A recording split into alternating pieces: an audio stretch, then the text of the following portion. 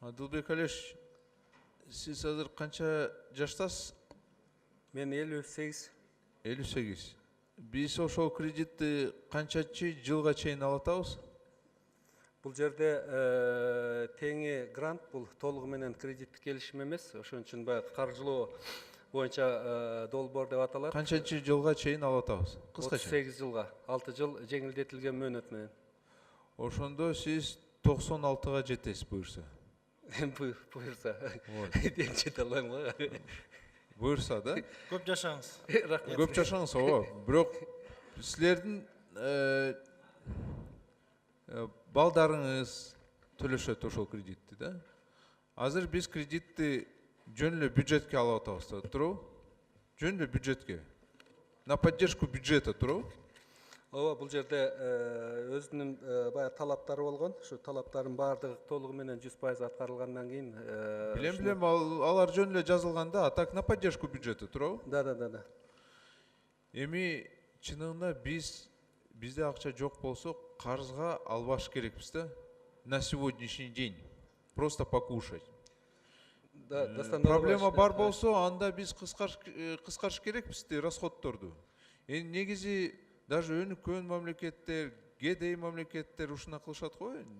Кандай дейсиз? Дастан Далбаевич, эмки жылдын бюджетине биз бюджетке жардамды грант түрүндө эле алууга баягы өзүбүзгө багыт коюп, ошону гана киргиздик да. Өкмөт Бул 18 жылдын бюджетине кирип бекитилип калган эле. Просто жанакы кеңеши, ушул бүткүл дүйнөлүк банктын кеңеши кеч болуп, ноябрдын 8-inde гана алар болуп, ошо макулдугун беришти да. Өкмөттүн мүчөлөрү бүт баары эле колдоштубу? Бардыгы колдошкон. Минюсттун заключениясы кандай чыкты? Бул жанакы келишим боюнча, бул каржылоо боюнча келишим деп аталат. Бул келишимде бир гана кредит эмес, грант дагы бар. Бул жерде жанакы кредитор заемщик деп аталбай эле, получатель деп аталган. Ошол үчүн бул мындай аралаш келишим деген таянага чыкты. Жок, заключение кандай? Ким окуп коет ошону? Окуган киши барбы бuyakta?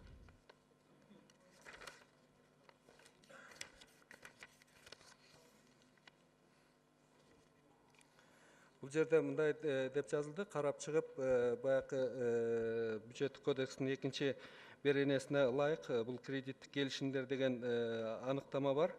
Бул аныктамага бул келишим кичине туура келбейт экен жөнүндө айтышып атат. Бул жерде Минфин менен МАР бир жакта получатель, бир жакта ассоциация деп, анан кийин бул келишим боюнча биз грант анан кредит алып атабыз. Ошон үчүн бул келишим бир гана кредит эмес, бул грант дагы бар бул келишимде деп тыянак чыгарып берип атат да. Негизи туура эмес да саясат ушул боюнча. Акча жетишпей жатса, биз чыгыштарды негизи кыскартыш керекпиз да. Биз ошого карабай эле барып карызга алып, ошол карыздарды жеп, 38 жылга кредитти алып, менин оюмча бул вообще туура эмес да. Дастан Далбаевич, бул сом менен айлантканда 1 миллиард 651,2 миллион сом ушу бюджетте отурат. Анан 7 декабрга чейин биз чечим чыгарып беришибиз керек болуп атат. Же болбосо быйыл албай калган бир чоң тобокелчилик болуп атат да.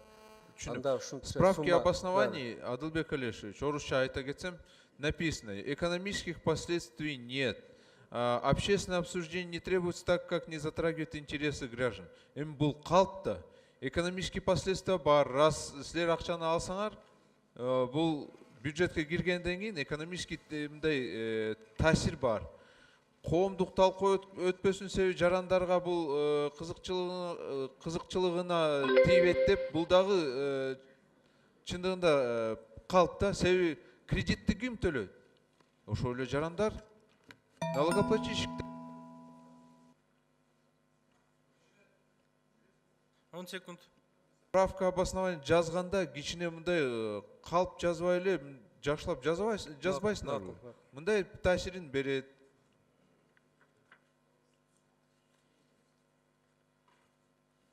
Рахмат.